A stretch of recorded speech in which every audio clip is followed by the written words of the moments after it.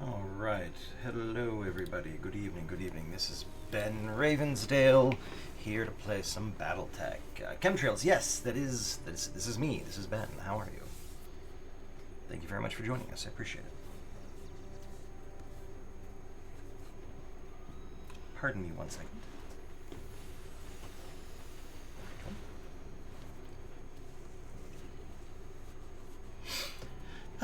So how's everybody doing today? We're doing something a little bit different tonight with BattleTech. Normally I would be painting or I would be running the Fate game, but since I hurt my elbow from painting too much, apparently holding your elbow like this for hours at a time is not a good thing to do. So yeah, my elbow's been bugging me. So my doctor told me to give it a rest. So instead, I decided to do this. Also, can you let me know if the music is too loud? It's a little bit on the loud side for me, so I'm gonna turn that down just a touch. But let me know if it was actually good. Like if it's too low now, just let me know. I'll adjust it. So yeah, basically the idea is we are taking the tabletop Alpha Strike rules and we're porting them over to Roll20 so we can play digitally. And in particular, I am doing the Aces playtest rules that Catalyst Game Labs released with their recent Kickstarter. And what the Aces rules do is they basically take Alpha Strike and they give you an AI engine that you can use to run enemy mechs so you can play solo, basically playing against the game rather than a live opponent. Which is perfect for me because I don't really have anybody in my area that plays BattleTech, except my wife. She actually is getting into it, so that's cool. But, you know, I don't want to be bombarding her with requests to play, so this is kind of a way to tide me over.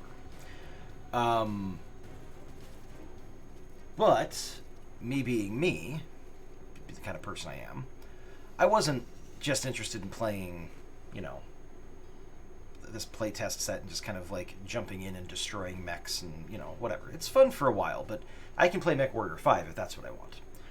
Instead, I decided to go ahead and put together a kind of structure for a solo campaign. And actually what I did with this is on the BattleTech Facebook group that I created, I actually have a number of other players kind of all over the country. I think actually I got a couple players internationally as well, not just in the U.S. But basically, I've got these contracts that I've written up as part of, like, each contract kind of plays into a larger campaign. And the idea is everybody basically claims a contract and they go in with their force of mechs and they try to complete the contract. Depending on how well they do, that's going to affect what kind of salvage they get, what kind of rewards they get. It is also going to affect whether or not the missions down the line are going to be easier or harder for the next group. Basically, everybody's playing a mercenary commander in this group of mercenaries that have all been hired by one client. That's the narrative, anyways. There's a whole story arc thing there, but that's the basic gist of it.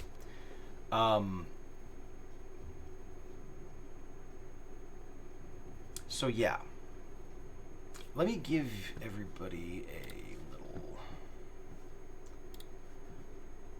Where is? Hold on a second.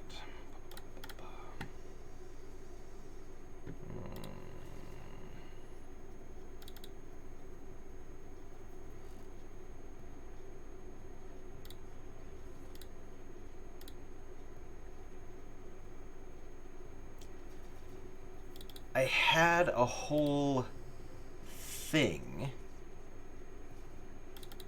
that I had written up for the current scenario. Give me a second and I will find it because I don't seem to have it immediately accessible, which is weird. Oh, that's not what I want. I want this. Pardon me. You're going to see my Facebook community activities for a moment, but that's okay.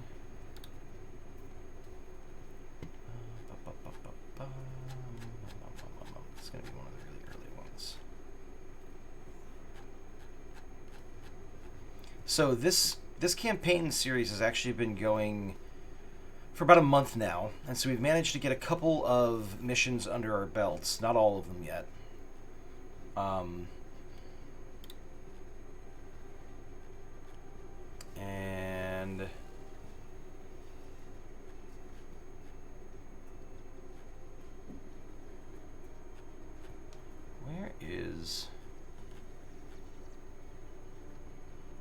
Okay, here we go.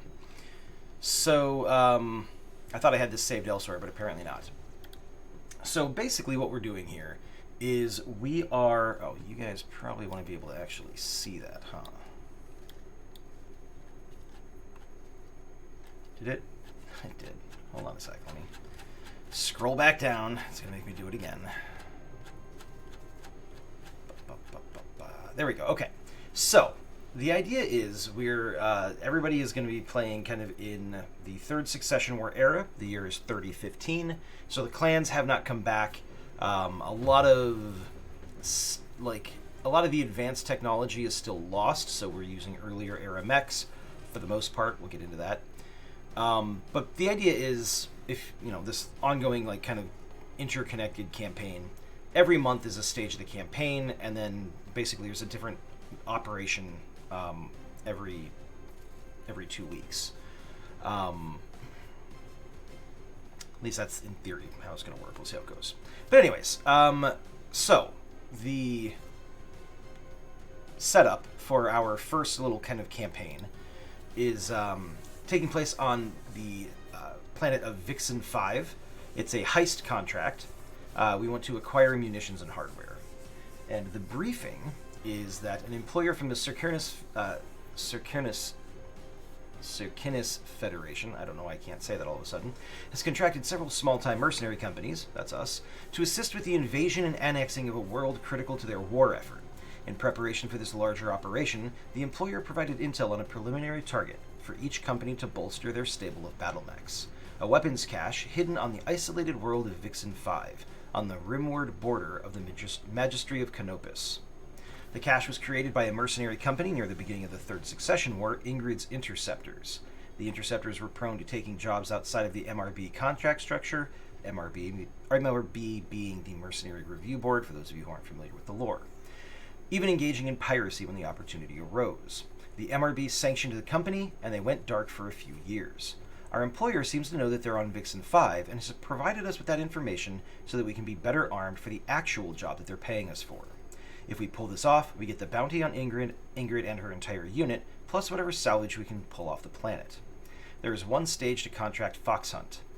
The two operations will run in quick succession to each other to take optimal advantage of the chaos sown during the first operation.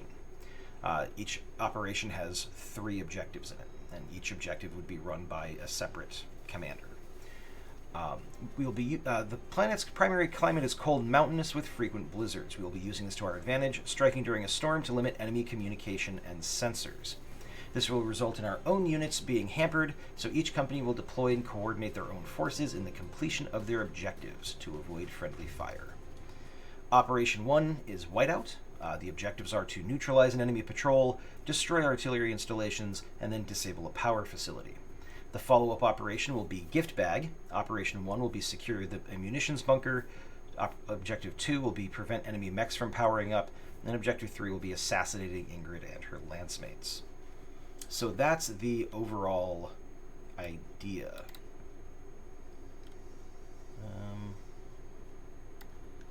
Give me a second while I steal that. I'm going to put this in the briefing real quick. I don't know why I don't have one of those.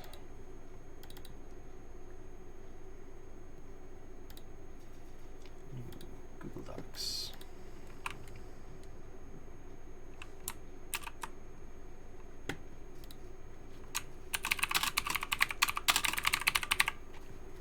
There we go.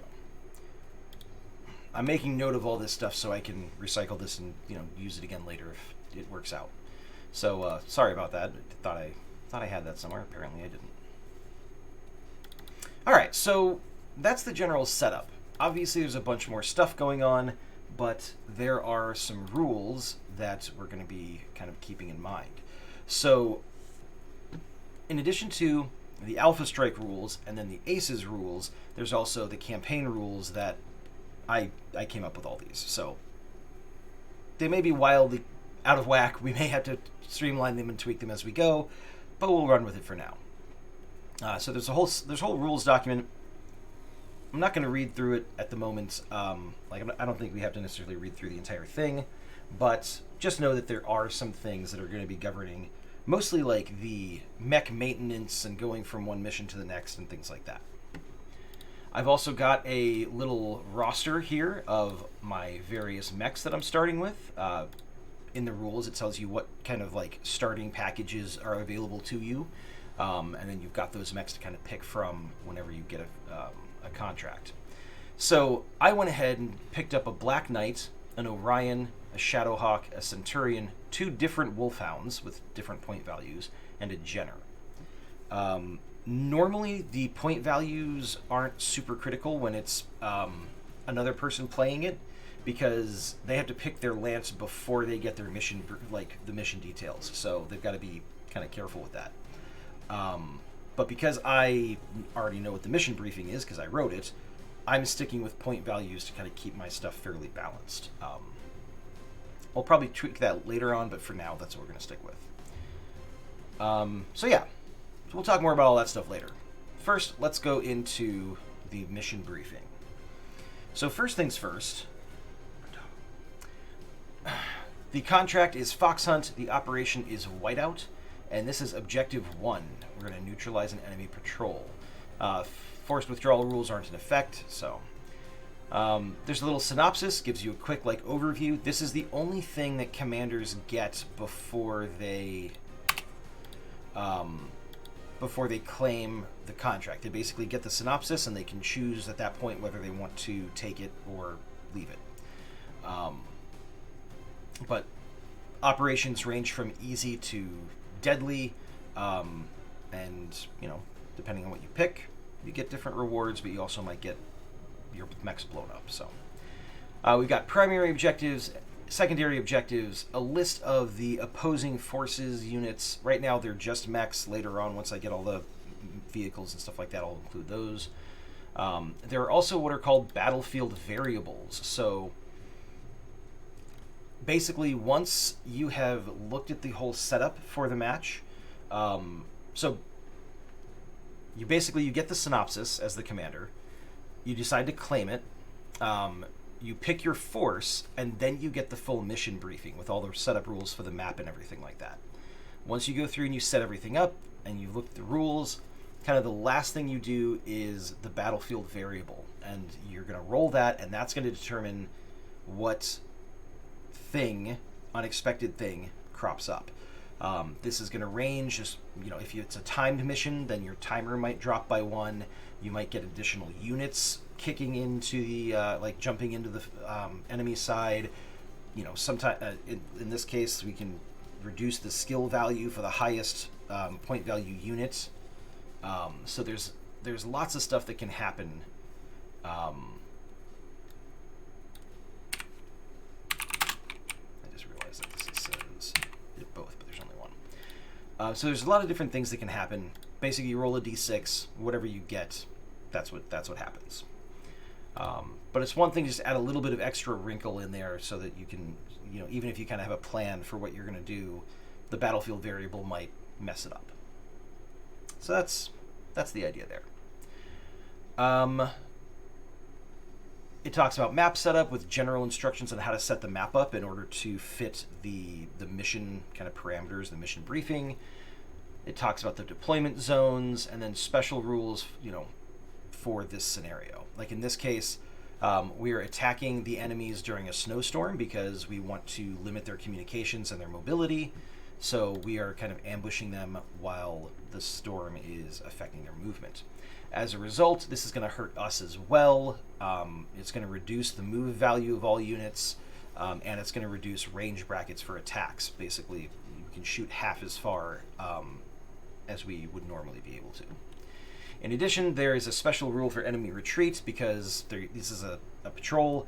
One of them is going to try to get away. We want to prevent that, is basically the idea. So,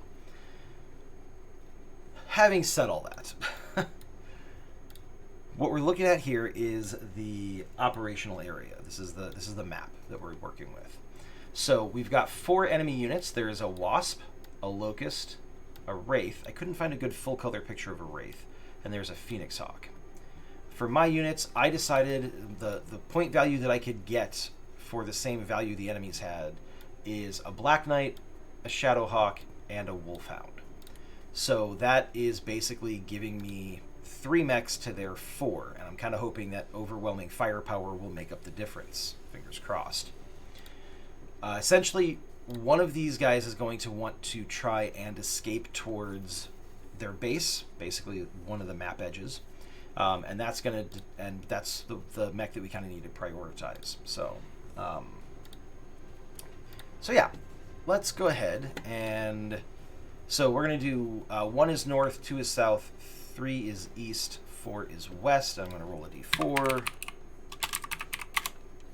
A 1, so north. So they want to escape off this map edge up here. So I'm going to toss in a...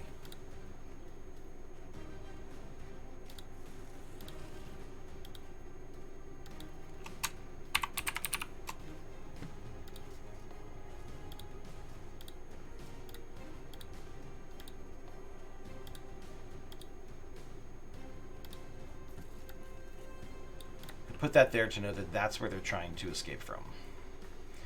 So, that means that the Wasp, it being the northernmost enemy unit, is the one that's going to try to like head up in that direction to jump off and warn the rest of their team. I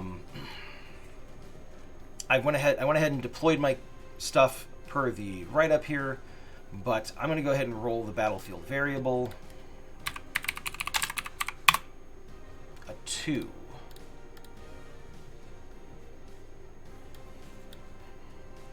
So, we're going to reduce the skill value of the highest PV unit in the Op4 Lance by 1.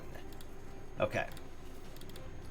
So, I actually need to do this because my mechs all start at either a 4 or a 5.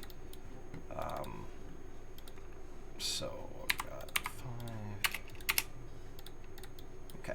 So, those are all my mechs. So now we've got to figure out the enemy skill values. So we're going to start with the Wraith, which this is way too early. This is anachronistic. The Wraith shouldn't technically exist for another like several decades at least. But it was a cool mech. I wanted to run it, so I tossed it in here.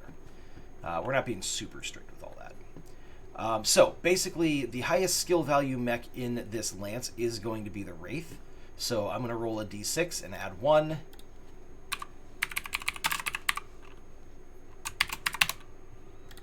Oof, that is actually going to be bad for them. So the Wraith has a skill value of 7, but the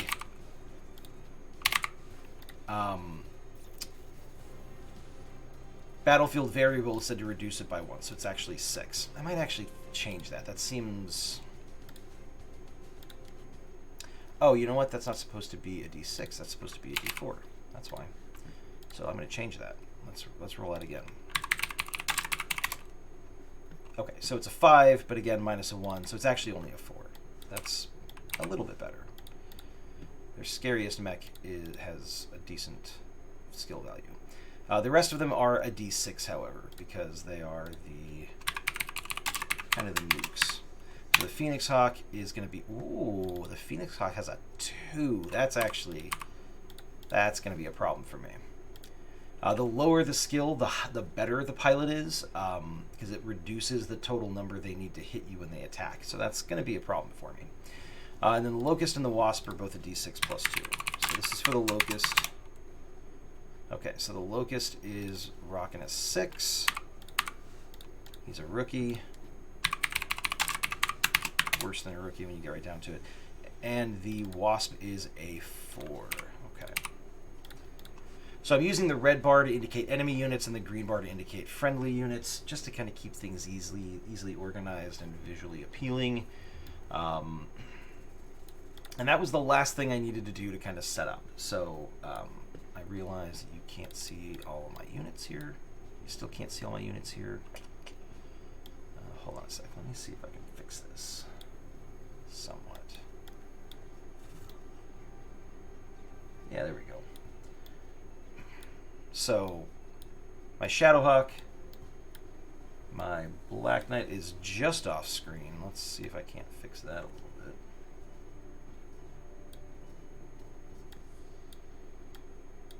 Hey, there we go. Alright, so my Black Knight is there, and then my Wolfhound is here. We've got them surrounded, even though there are only 3 of us and there are 4 of them. But that's okay. So, first thing we need to do at this point is we need to roll for initiative. So we're going to roll 2d6 for me, and then a separate set of 2d6 for the enemy. Highest is going to win the initiative. I got a 5, and we got an 8. So, the bad guys are going to get the initiative. What that means is that we have to move first. So I'm going to move 1, they're going to move 1, I'm going to move 1, they're going to move 2, I'm going to move 1, they're going to move 1. So it's an offset thing. But I think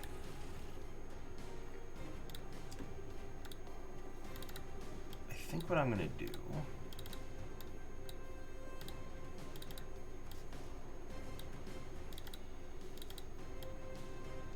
First, I'm going to...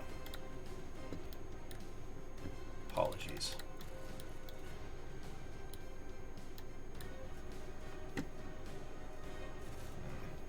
Definitely have to work out the kinks with the framing on this, but that's okay. I'm going to turn this down a little bit further. All right. So I'm going to go ahead and move my Black Knight first. So I've got my little stat cards here. I'm going to have these hang out up here at the top of the window.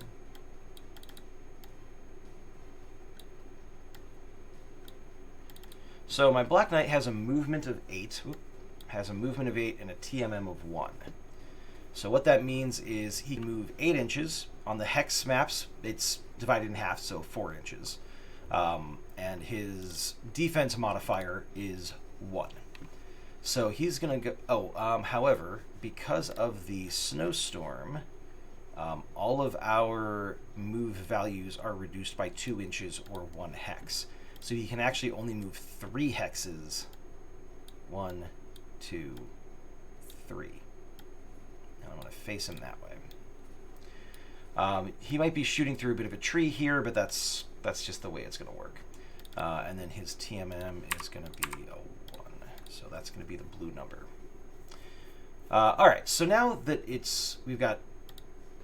I lost the initiative, so I moved first.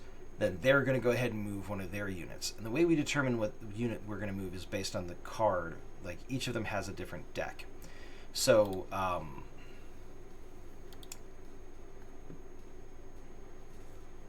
basically, we're going to draw cards based on their role. So, like, the Wasp is a scout. Catalyst Game Labs hasn't released a deck for the scouts yet, so I just used the Skirmisher deck. So I'm going to come down here and find the Skirmisher deck, and I'm going to hit shuffle. And so this is for the Wasp. That is a much bigger card than I realized it was going to be. And then the Locust is also a scout, so it's also going to be a Skirmisher. And that is going to be for the Locust. And then the Wraith is actually a Skirmisher, so we're going to get one more Skirmisher card. And then the Phoenix Hawk is a Striker, so I'm going to draw from the Striker deck on this one. I'm going to shuffle. Boom. Okay. So these cards are basically going to dictate the movement or the actions of each unit that they were drawn for. And the way we determine which one of these guys is going to move first in the movement phase is by looking at the number here. So in the upper right corner, that is their secondary initiative, I guess. So the person with the lowest is going to go first, which means that the Locust with a 318 is going to go ahead and do his movement first. So what this says is if he's first, he's going to ground move towards the most enemies in line of sight and woods cover from the most enemies. So technically he wasn't the first mech to move, that was my Black Knight, but he's the first enemy mech to move, so I'm going to go ahead and do that. Just because it doesn't, the next thing would be to tell him to stand still, which doesn't make any sense for him. So I'm going to go ahead and go, let's see, the Locust has 16 movement, so it's actually 14. which means he's got a 7 hex movement. To the most enemies in line of sight and woods cover from the most. I think he's going to go 1, 2, 3, 4, 5, 6, 7. He's going to run back here. And the reason is because now he's got...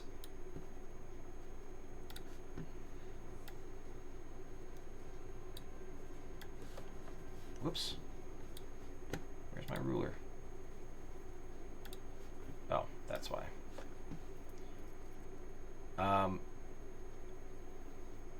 Maybe he doesn't have cover from him. Well, but he's got cover from the Black Knight and from the Wolfhound at the very least. So I think that actually makes the most sense. Now, this is just the move phase that we're resolving. Each card is also going to have a combat phase. So I can't get rid of these cards yet. I'm just going to move it off to the side. And that's going to be for the Locust. I'm just going to put that there so I can remember. So we moved, then they moved. We're going to move again. I really want to focus on this Wasp. So my Shadowhawk is actually... He's actually not going to go anywhere. He's going to stay here, and he is going to stand still, so he's going to get a bonus. Like, it's going to make shooting a little bit easier. But getting shot is also going to be easier. You know what? I'm actually going to... I really hate it when it does this.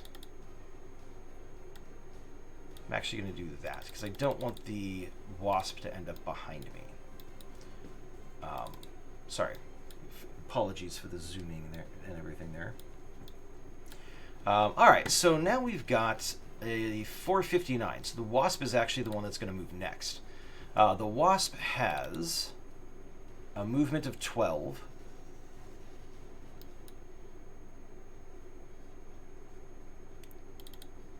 Oh, that's going to be awkward. Okay, so the Wasp has a movement of 12, and he's got jump jets. So most likely, that's gonna make him a lot harder to keep up with. Now he's got 10 movement, which is 5 in hexes.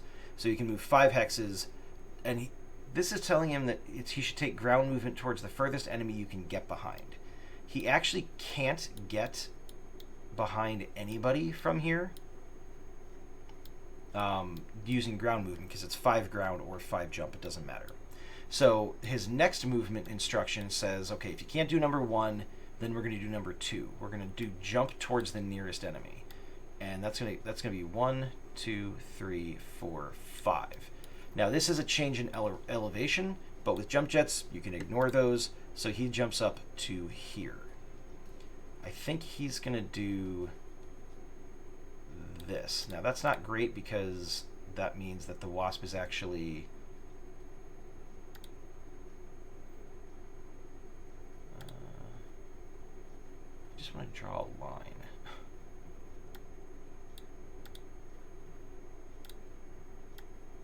So when you're determining a line of sight for attacks, basically you're looking at this line along the back edge of the mech, or the hex for the mech. And anything that half of the opposing, or half of the target mech or more is behind that line, you can't see it enough to shoot at it. So sadly, the Wasp is in a safe place compared to where the Shadowhawk is. Inconvenient for me, but I mean, them's the breaks. So also, the Wasp has a... Where did the Wasp? There it is. Okay, so that was the Locust. The Wasp has a TMM of only 2, but because it jumped, that's going to give it an additional +2. It's also going to give it a penalty on its attacks, but we'll get into that in a minute. So that was the Wasp. We went ahead and did both of those. We went ahead and did the Locust and the Wasp. Then we are going to do another one of the enemies, because there's an uneven number, so they're gonna get 2 movements in a row here. The next number is the 505 for the Phoenix Hawk, so he's going to go next. This says to sprint if there are no enemies within 12 hexes or 24 inches, but there are, so we're going to skip it. And we're going to do ground movement towards the nearest enemy you can get behind. Now, the Phoenix Hawk has a movement of 12 with jump jets. Did I look at the Wasp? Okay, yeah, good. So that means with the current snowstorm, he's got movement of 10, which is 5 hexes, which means he can't actually get behind any of my units. So then he's going to do ground movement towards the lowest enemy. That's the next AI instruction he's got if he can't do the first two. That is going to be the Wolfhound. Now, this is going to be a problem for my Wolfhound because the Phoenix Hawk has a skill of 2. So he's going to go 1, 2, 3. Actually, he was there. 1, 2, 3, 4. No, okay. 1, 2, 3, 4, 5. I mean, he's moving towards, so I think that fulfills that requirement. He's getting closer to the Wolfhound. So let's zoom out a little bit. Didn't realize we were zoomed in quite so close. Nope, that doesn't work.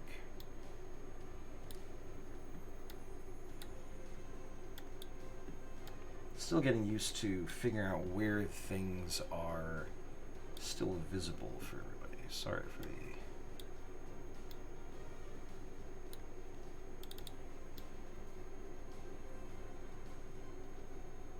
So that's a little bit more visible for people. So that was the Phoenix Hawk, so we'll put that there. And then the last movement that we're going to have to worry about is, well, the next movement we're going to have to worry about is the Wolfhound. This is the last one for me. Now, the Wolfhound is looking at a movement of 14, but again, because of the snowstorm, it's 12. So in hexes, that's 6. 1, 2, 3, 4, 5, 6. I think the Wolfhound is gonna be a little bit aggressive and is gonna go there. Now he's gonna be able to shoot at the. Oops. He's gonna be able to shoot at the Phoenix Hawk from the Phoenix Hawk's rear firing arc, which means if he hits, he's gonna do more damage. So this may work out for me, but we'll have to see what the Wraith does. Speaking of the Wraith, it's his turn. His card says, jump if the highest MV enemy has not moved yet. The highest move value enemy would be my Wolfhound. I forgot to put that up. His TMM is a 3. We also didn't put up for the Phoenix Hawk. The Phoenix Hawk has a TMM of 2 when he moves, so that is his defense modifier 2. There we go. And also didn't put one up for the Locust. The Locust has a 3 as well. My first time playing this via Roll20, so forgive me if things are just a little bit hiccupy for the moment. So he's going to move towards the highest MV enemy. So that is going to be the Wolfhound, because he has an MV total of 14. So the Wraith has a move of 16. So he's going to move. So 16 is so 14 with the snow, and then that's going to be 7. So 1, 2, 3, 4, 5, 6. So basically, I mean, the Wraith can end up here. And the Wraith has a TMM of 3. So the Wraith is a dangerous customer. My Wolfhound may get blowed up here in a second, but alright, so that was everybody has moved. So now, once everybody's moved, what we're going to do is we're going to look at who is going to shoot first. And that's whoever won the initiative at the beginning of the round, all of their units are going to shoot first, and you're going to do it in order of the cards. So we're looking at the 318 was the Wasp? No, 318 was the 318 was the Locust. That's right, because the Locust moved first. So basically, this is saying he's going to shoot at someone he can destroy. He can't destroy anybody within his line of sight. Whoever has the highest TMM, realistically speaking, he's going to shoot at the Black Knight. So normally, long-range shots would be up to, I think it's 21 hexes, I think.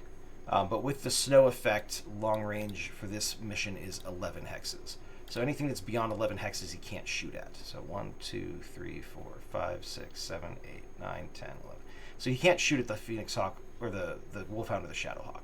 So he's going to shoot at the Black Knight. So basically, what we're going to do is we are going to do an attack roll. For every point of damage that the Locust can deal, I'm going to do a separate attack roll of 2d6. And what I'm looking for on this roll is the higher numbers are the better ones. So what do I need to roll in order to hit, you might ask? So what you're going to do is you're going to take the pilot's skill. That's like the base number that you're looking for.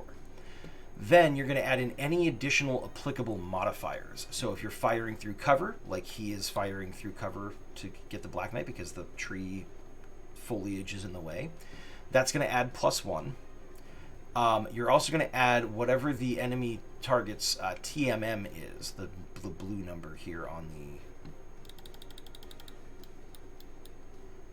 the blue number here on the token. So that's a 1. So his skill is 6. His TMM is 1. He's firing through cover, so that's another 1. So that's a total of 8. There are other things that would factor in, like distance. So if you're firing at medium range, you add 2 to that number. If you're firing at long range, you add 4. He's firing at short range, so let's see. Yeah, short range in this mission is 2 hexes. So 1, 2. So yeah, he moved to the perfect spot, so he's going to be able to hit more easily. So basically, he can do 2 damage at this range. So he's going to roll 2d6 twice, and he wants to get an 8 or better on those attack rolls. So his first attack is a 9, so the first one hits. And the second one's a 9, so they both hit, of course. I swear, when I go to roll my attacks, I'm going to roll nothing but 4s. That is 2 points of damage, but because he's firing into my Black Knight's rear arc, that's actually going to give him an additional point of damage. That's 3 points. So, where's my Black Knight? Now, my Black Knight is pretty beefy. He's got 1, 2, 3, 4, 5, 6, 7 points of armor. But he's just taken 2 points.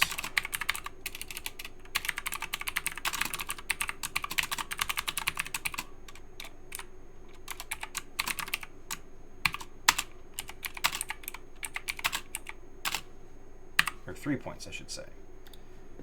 Actually, I'm going to do 3 of 7. All right, so that was the Locust's attack. I can now get rid of that card. So next up, we have the Wasp's attack. He's going to shoot at whoever's the lowest range. That's going to be the Shadowhawk because he's right in front of him. So the Wasp has a skill of 4. He is shooting at a target that didn't move, so his TMM is 0. He doesn't get a defense bonus. He's not shooting through cover, and he's at short range.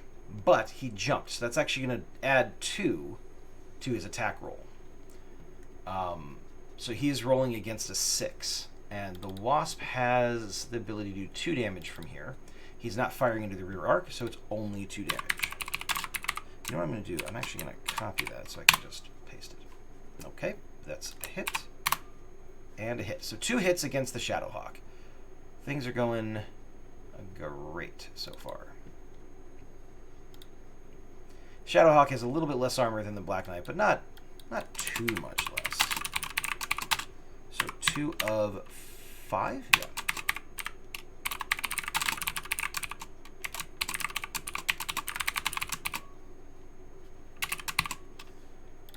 Okay.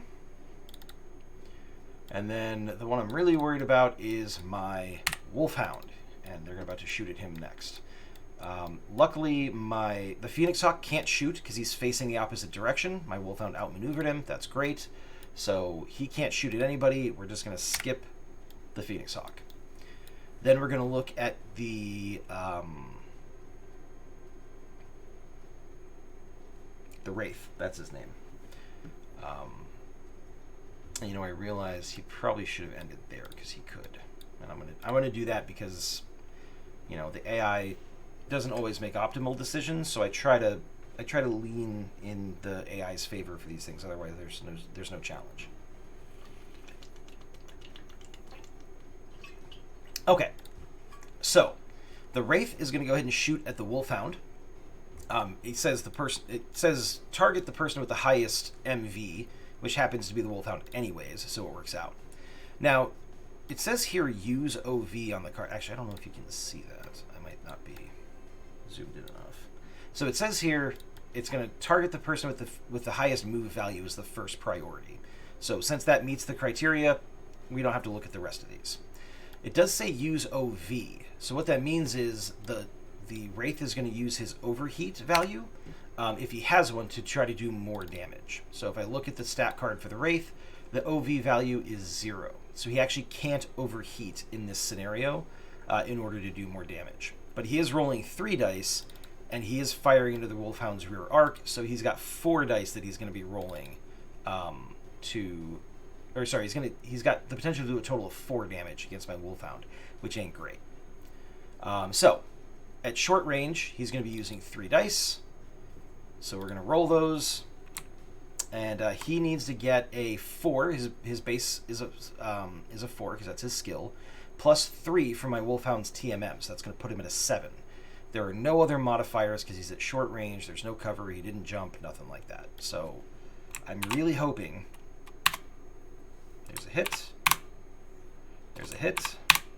And there's a hit. So that's 3 hits. So total of 4 damage to my Wolfhound, which is exactly how much armor he has. I swear, the dice are going to start rolling nothing but 2s here in a second when I start rolling my attacks. I guarantee it. Just watch. Watch it happen. So he has no more armor left. That's going to be a real problem for my Wolfhound here in a second. But he didn't take any criticals. He's still in the fight, so who knows? Maybe this will work out. Okay, so the next thing we're going to do is, now that all the enemies have attacked, I'm going to go ahead and shoot. Now, the Alpha Strike rules, basically the way they work is everything is happening simultaneously from an in-universe timing perspective. So what that means is no damage effects get applied to the mech until the next round. So if my Wolfhound had suffered a critical because, you know, maybe the Wraith shot off one of his weapons, that wouldn't actually affect this roll. It would affect the next round's attack. So just FYI. I want to start with the Wolfhound because I want to see how well he can do against my dude here. He's got a skill of 5, and the Phoenix Hawk's TMM is 2, so he's going to be rolling against a 7. Now the Wolfhound has, I don't know why it's so tiny. The Wolfhound has 3 dice at this range.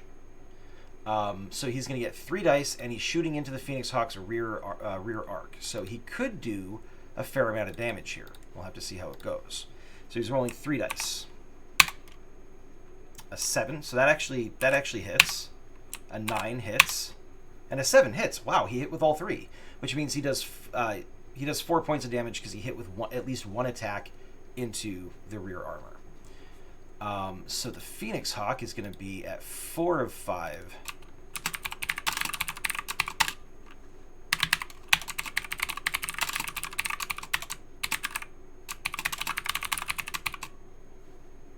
All right.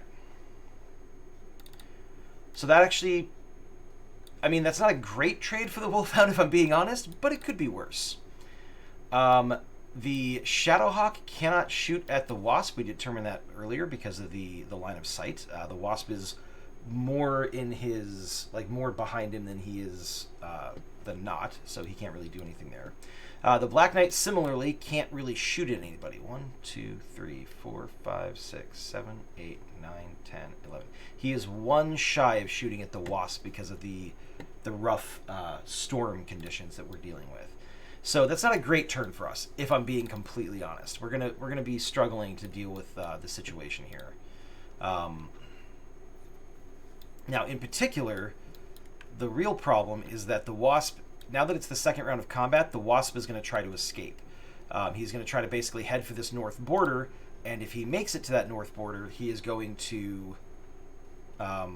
if he's still alive at the end of the round, then he escapes off the map. So that's going to be a problem. We got to try to stop that. So we're going to start by rolling initiative for me. A 7, initiative for them. An 8, they get to go first, so that's kind of frustrating, but that's okay. I'm going to go ahead and move my Black Knight first. I'm going to go 1, 2, 3. 2, 3, 4, 5, 6, 7, 8, 9, 10, 11. Okay, so I can shoot to that spot if the Wasp... Well, the Wasp is probably going to move there. So now they're going to go... We're going to go ahead and shuffle... Wait, is that the right deck? No, that's the sniper deck. Aha. We're going to shuffle the skirmisher deck. We're going to pull this one for the Wasp. I'm just going to shrink it down for a moment. I'm going to pull this one for the Locust. I'm going to pull this one for the Phoenix Hawk. And we're going to... Whoops. And we're going to pull this one for the Wraith. So the Wraith is a 966. We know the Wraith isn't going to be moving. The Wasp got 51, so I'm pretty sure he's going first. Yeah. Okay. So the Wasp normally would follow the instructions here, but in this particular case, we're not going to do that. We're going to look at the special rules for enemy retreating. So at the beginning of each round, the enemy unit closest to the north edge of the map will attempt to end its turn on that edge. The unit will always move, ignoring any standstill results, and must move closer to the north edge of the map while still fulfilling as many of the AI card movement conditions as possible.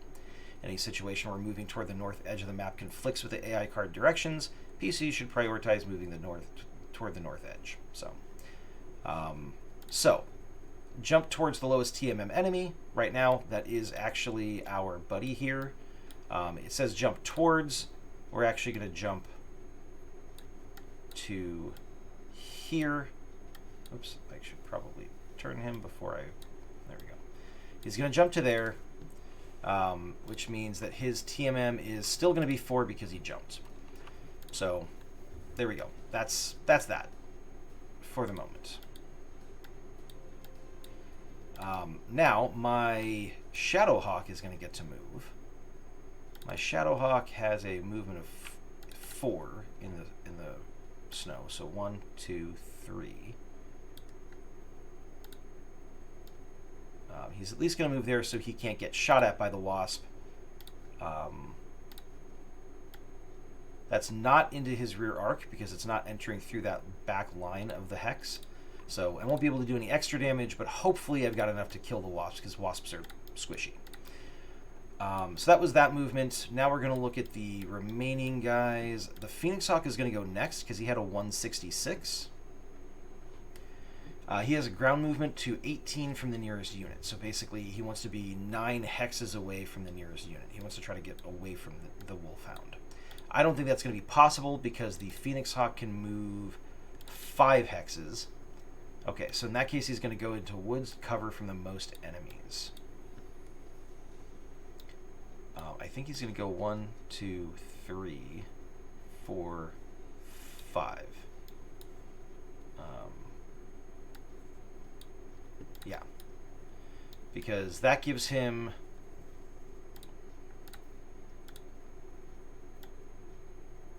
I guess that's actually not giving him cover. So in that case, he would go there. Yeah. Well, that doesn't actually make a lot of sense, does it? 2, 3, 4, 5.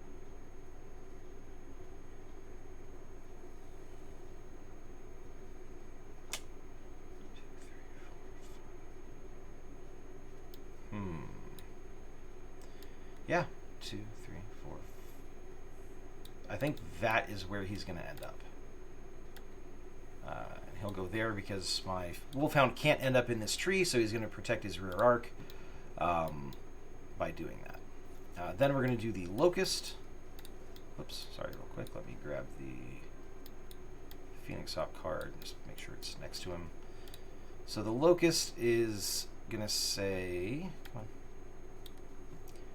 ground towards the furthest enemy you can get behind. That's going to be the Black Knight. So 1, 2, 3. I mean, technically 4, 5, but because of the difficult terrain, but the Locust can move that, so it's not a problem. So he's going to be hanging out right there behind the Black Knight. This Locust is going to be a real problem if it keeps shooting me like this. So now it's going to be my turn to move with the Wolfhound. I think the Wolfhound is going to continue harassing our Phoenix Hawk friend. The Wolfhound has a movement of normally 7, but it's going to be 6 this time. 1, 2, 3, 4, 5. No, I think he's going to go 2, 3, 4, 5, 6. So he's kind of doing the same shenanigans to the Phoenix Hawk that the Locust is doing to our Black Knight. Trying to stay in his rear arc, shoot him to destroy him quicker than as soon as possible. All right, so finally, for movement, we're going to look at the Wraith. Jump if the highest MV enemy has not yet moved, but it has. So we're going to go ground towards the nearest, the highest MV enemy. So that's going to be 1, 2, 3, 4, 5, 6. Because I think that's as far as he can move, right?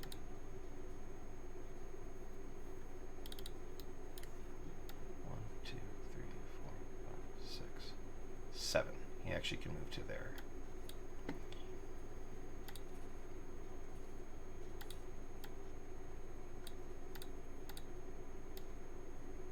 Okay. So the Wolfhound is kind of in a little bit of trouble, but at least he's going to have a few more. The Wraith is going to have a few more penalties this turn than he did last turn, so this is gonna work out okay for him. So now the enemies are going to shoot. We're going to start with the Wasp, who I don't think can shoot anything at this distance, because the Wasp doesn't have any long range. Yeah, it doesn't have any long range capability. So the Wasp is done for the purposes of combat. Then the Phoenix Hawk, but again, we've outmaneuvered the Phoenix Hawk. He's not facing us, so I probably shouldn't have faced him that direction. Well, I mean, either way, he was going to get. Well, I would have been able to outmaneuver him with the Wolfhound no matter what. So this at least gives him cover from that direction. So still a good decision. So the Wolfhound couldn't shoot that's the Wraith's card. So now we're going to look at the Locust. The Locust is going to shoot at the person at the lowest range, which is going to be the Black Knight. So again, he gets 2 attack rolls. He's got a 7 to hit, a 9, and a 6. Hey, he missed one finally. Oh, that's the Shadowhawk. I need the Black Knight. So the Black Knight takes another 2. Normally it would just be 1, but he's attacking from the rear arc, so that gives him an extra point of damage. And then finally, the Wraith is going to shoot at the person that has the highest move value. That is my Wolfhound, so he's shooting at my Wolfhound. Now, normally this would be within short range of 3 hexes, but because of the snowstorm, that's reduced to 2 hexes. He's 1, 2, 3 away, so that actually benefits my Wolfhound a little bit.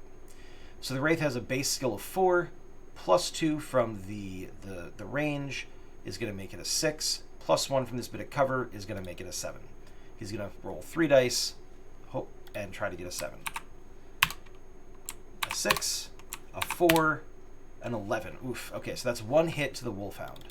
That actually could have been a lot worse, if I'm honest. Now, I will say that does mean that that's one of only 2 structure points the Wolfhound has. And I have to roll for a critical. So There are a number of different options here that could be bad for me. I am going to... What page is this? I always forget. Critical hit's 49. Okay.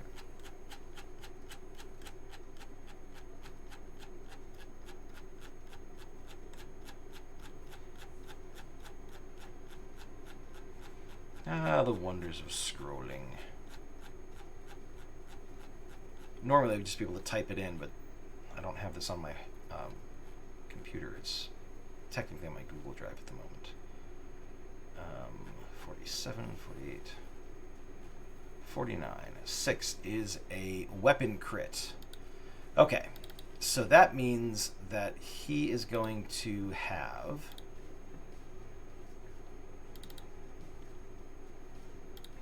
He's going to have one less die on future turns for his attacks. So basically, one of his weapons has been destroyed. He does less damage.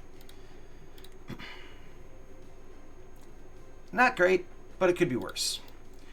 I'm going to start off with the Shadowhawk shooting at the Wasp on my turn. So the Shadowhawk is a base skill of 5. His TMM is 4 because he jumped and because he has a TMM of 2 normally. So I need to get a 9 in order to hit him. It's gonna be tough. Now I only get 2 dice here, so that's 2 misses. Okay, I think that means the Wasp is going to get away here in a second. My Black Knight is going to go... You know what, my Black Knight is going to go ahead and take 2 heat so that he can roll. He's shooting at long range. He's going to shoot with 3 dice here. He's got a skill of 4. Plus his 4 is 8. Plus 2 because of the... sorry. Plus 2.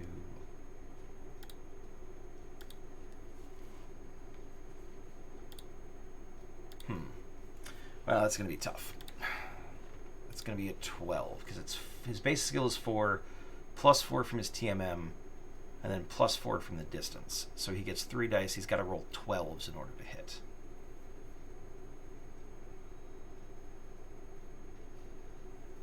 But if I don't hit the guy, then if I don't kill the guy, then I lose anyways. At an 11 and a 10. Well, that was close, but...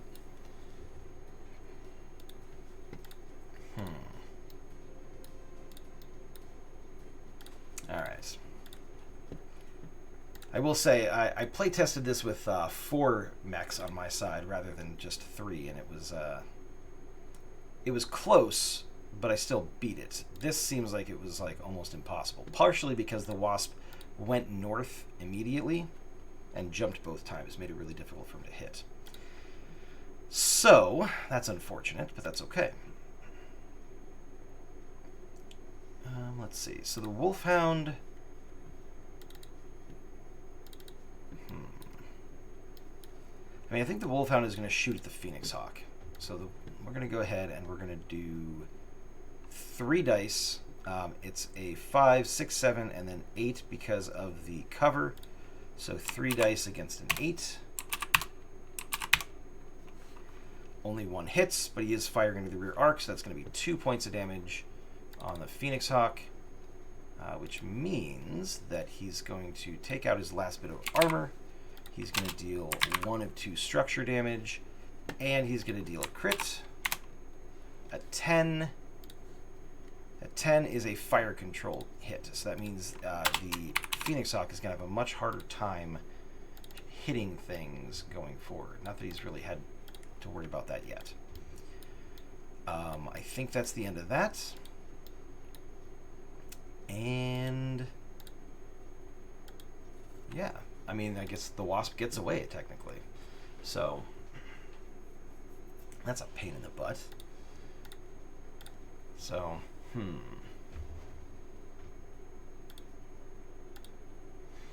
well, I still have to basically try to destroy the other guys. So now let's do initiative for me is an 8. Initiative for them is a 7.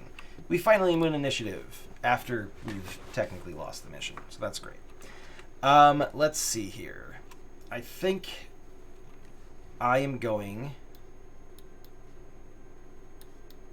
I'm going to move my Shadowhawk 1, 2, 3 right here.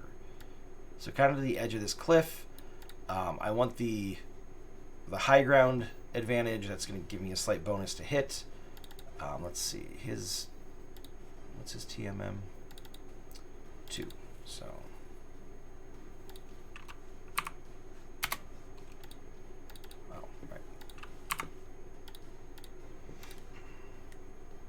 Alright, so that's his movement, and now we need to do 2 skirmishers and a striker. So shuffle, yes. This is for the Locust. This is for the Phoenix Hawk. And then we need to do 1 striker. That's going to be the Wraith, right? Oh no, sorry, I had that backwards. Whoops.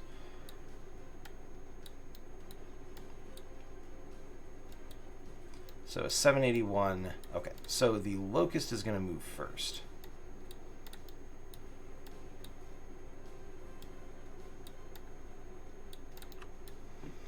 So he's going to move ground movement to so that he's 9 inches from the nearest enemy. The nearest enemy is going to be the Black Knight, but he can't actually get to 9 inches away from him because he's so close. So we're going to go to the next one. We're going to go ground movement into woods cover from the most enemies. So 1, 2, 3, 4, 5, 6, 7. 1, 2, 3, 4, 5, 6, 7. So he's got cover from everybody at the moment. Actually, there. Now he's got cover from everybody.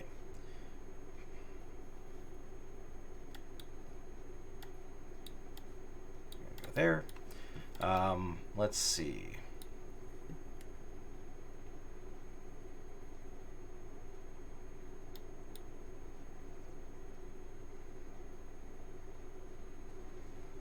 My Wolfhound might actually go... no, you know what? My Black Knight is going to... 1, 2... No, 2... My Black Knight's just going to move to there. Actually, he's going to go 1 further because he doesn't want the Wraith to get around behind him. So,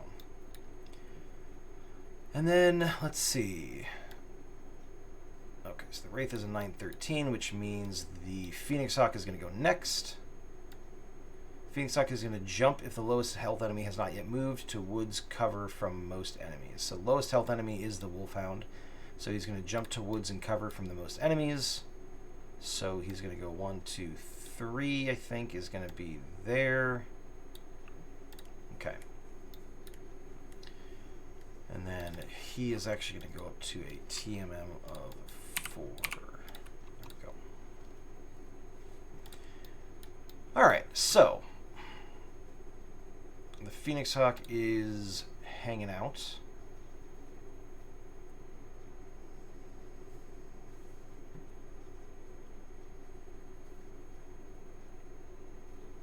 Does that make sense? 1, 2, 3.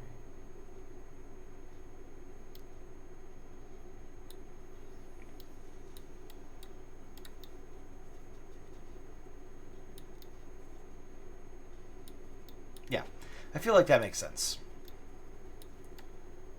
So he's going to stay there. And now my Wolfhound is going to get to go. My Wolfhound has how much movement? 6. 1, 2, 3, 4, 5, 6. You know what? He might go 1, 2. So 1, 2, 3 because of the difficult terrain. 4, 5, 6. He's going to go here to take a shot at this this Locust because this Locust needs to die. All right, so we won initiative, which means we get to shoot first. I am going to go ahead and have the Wolfhound shoot at the Locust. The Wolfhound suffered a weapon crit, which means he is going to only be able to roll 2 dice at this point, but he's got a skill of 5 against with a TMM of 3, so that's going to be an 8 total. So 2 dice against an 8. That's 2 misses. All right, so then the Black Knight's going to go, and I am going to go ahead and shoot at the Oh, you know what? I actually, because the Black Knight has 2 heat, he wouldn't have been able to move that far, so he would have only been able to get to there.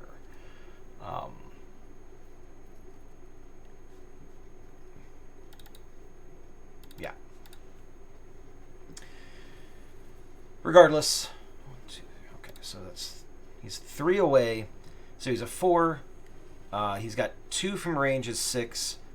1 from cover is 7, 8, 9, 10 from the Locust's TMM. So he's going to be shooting 3 dice against a 10.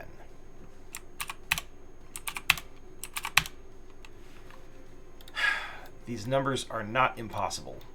Oh, actually, it would have been against an 11 because of the oh no, it would have been a 12 actually. If I had calculated that right, I wouldn't have shot that, but oh well, we're here. And then the Shadowhawk is going to shoot at this guy. So he's got terrain, which is nice, or high elevated terrain. So his skill is 5, plus 2 for the range. Oh wait, 1, 2, 3, 4, 5, 6. So yeah. So plus 2 for the range is 7. Plus 3 for the TMM is 10.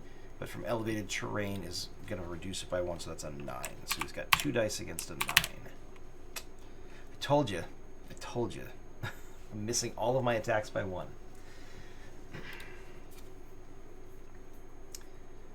Oof.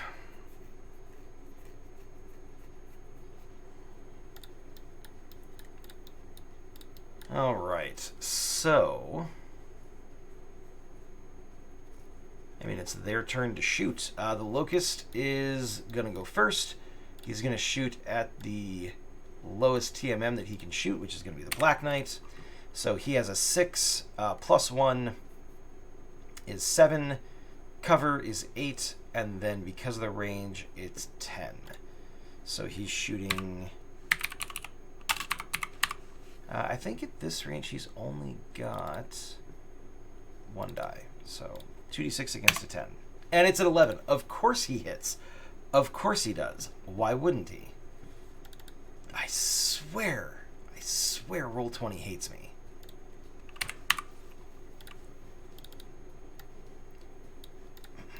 All right. The Phoenix Hawk is probably going to be shooting the lowest health. Yeah, that's going to be the Wolfhound. So the Phoenix Hawk is going to shoot the Wolfhound. This is saying to use OV, so he's going to use his overheat. The Phoenix Hawk does not have an overheat value. So he's going to get 3 dice, because we're considered medium range here. But he's rolling at a 2, plus 3 TMM is 5, plus 6, 7 because of the range, and then his fire control is hit, so that's an 8, 9. So he's got 3 dice against a 9. I mean, that hits, and that kills the Wolfhound. So, the Wolfhound is dead. Go ahead and remove that. Do that. Okay. So... Oh, wait. We never moved the Wraith, did we?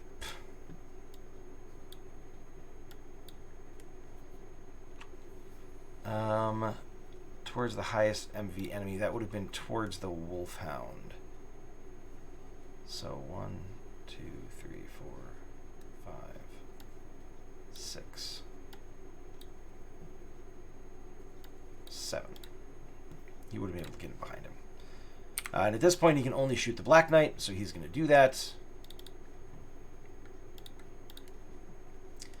So 3 dice. Okay. So it's a 4 base for his skill, plus 1 TMM from the Black Knight is 5, plus 1 from the trees, from the tree cover is 6, and then the distance is going to be an 8, 7, 8, right? 4, 5, 6, 7, 8. Yep. So 3 dice against an 8. All right, so 1 hits the Black Knight.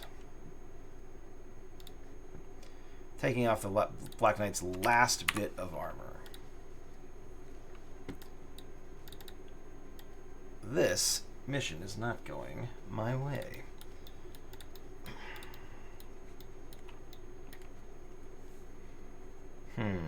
Okay.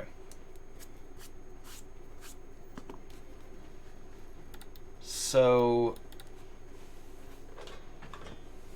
I feel like the pilot skill thing is going to be a problem for us. But that's okay. You know, we test it out. We're going to roll some initiative here, I think. So we get a 4, they get a 10. So we're going to move first. My Shadowhawk can't do jack diddly from up here, so he's going to go 1, 2, 3.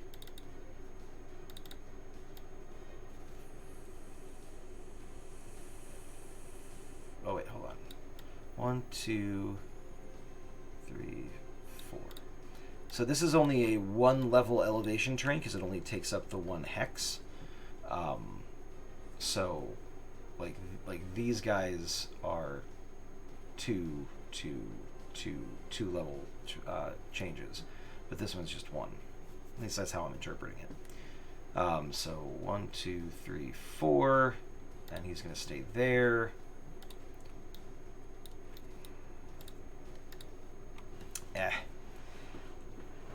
Honestly, I see where this is going. They're just going to kill us. So I think I might fast forward to the end of that. But hey, it's a good playtest opportunity. When I did it the first time, the northernmost enemy on the first turn didn't move north, and so like the second turn is when that directive to escape kicks in. So it gave me an extra turn or so to kind of corral them and kill them off. I'm actually wondering.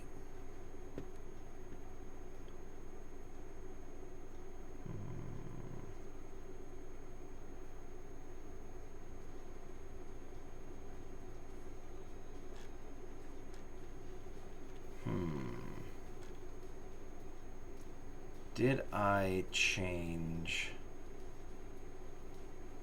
I did. Oh yeah, so after the first round of combat, the timer will begin counting down. Yeah, okay. So technically, I followed the objectives and the rules for that encounter. I just got unlucky. So, but hey, that happens. So I think next time round, we'll try one of the other missions, which is not quite so, like... It's not quite so easy to lose that one. This one, because of the positioning and everything like that. Oh, you know what? I also think maybe I didn't...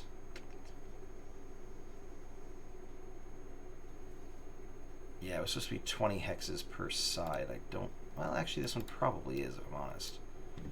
1, 2, 3, 4, 5, 6, 7, 8, 9, 10, 11, 12, 13, 14, 15, 16, 17.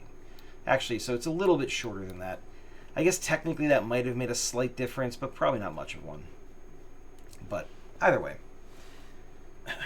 them's the breaks. It stinks, but it happens. Yeah.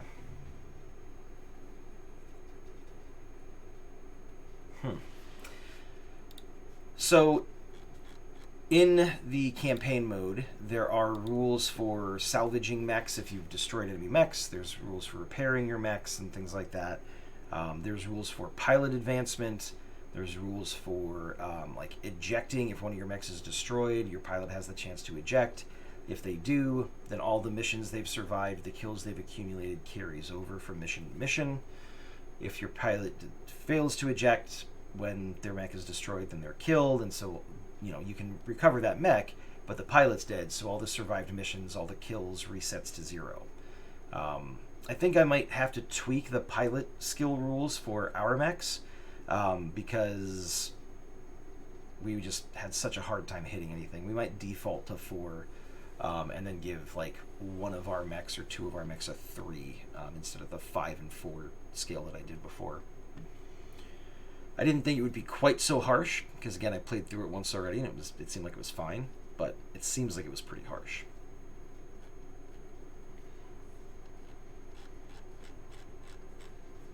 So maybe what I'll do is do like 1 mech at 3, 3 mechs at 4, and then your remaining mechs are at 5 is probably the way I'll do it. So probably 3. That's going to be a 4. That's going to be a 4, and the others are going to be a 5. So yeah, we'll try that, and we'll see if that doesn't work a little bit better. I'll probably run this scenario again, just to see if I can recreate this and if that makes much of a difference. But otherwise, it was a good opportunity to give it a shot, you know. This is the first time I've done this on Roll20. I've got a table in the other room just past where my monitor is, that has like all my HeroScape stuff set up, and it's got buildings and trees and all that nerdy crap. And I've been using that to run the scenarios that I've been testing out. So it plays a little bit different. I think it's a little bit faster on the table, but that might just be because I'm not used to doing it on the computer just yet. So, what are you gonna do? Also, the dice, like I called it from the beginning that like the dice were just gonna they were rolling great for the enemies. When it got around time to rolling for my attacks, I just couldn't hit anything. And if you can't kill the bad guys, then it's really difficult to win. So there it is. The dice gods were against me. But anyways, it doesn't seem like there's a lot of activity on the stream tonight, so I think I might call it a little bit early. This was a good little trial run for this. I'm going to go through and populate the rest of the maps that I need for the other scenarios, and we'll take it from there. I've already preloaded a bunch of mechs into Roll20 for the Alpha Strike rules. So a couple different variants for each of the different mechs. I've got a number of light and medium. I haven't done any heavy, or I think I've just done the Black Knight heavy. Pardon me. I haven't done any assaults yet because those aren't going to come up in the scenario anytime soon. But I got a bunch of Inner Sphere and a bunch of heavies. I don't need any clan mechs yet because the scenarios are all happening pre-clan, but I've got the folders there just in case. I'm sure it'll come up eventually. But yeah, for anybody who does happen to be here hanging out, watching, lurking, appreciate it. Gonna call it a little bit early tonight, and we will resume on Thursday next week to play some Battletech Fate with the crew. So yeah, TTFN, have a good one, everybody.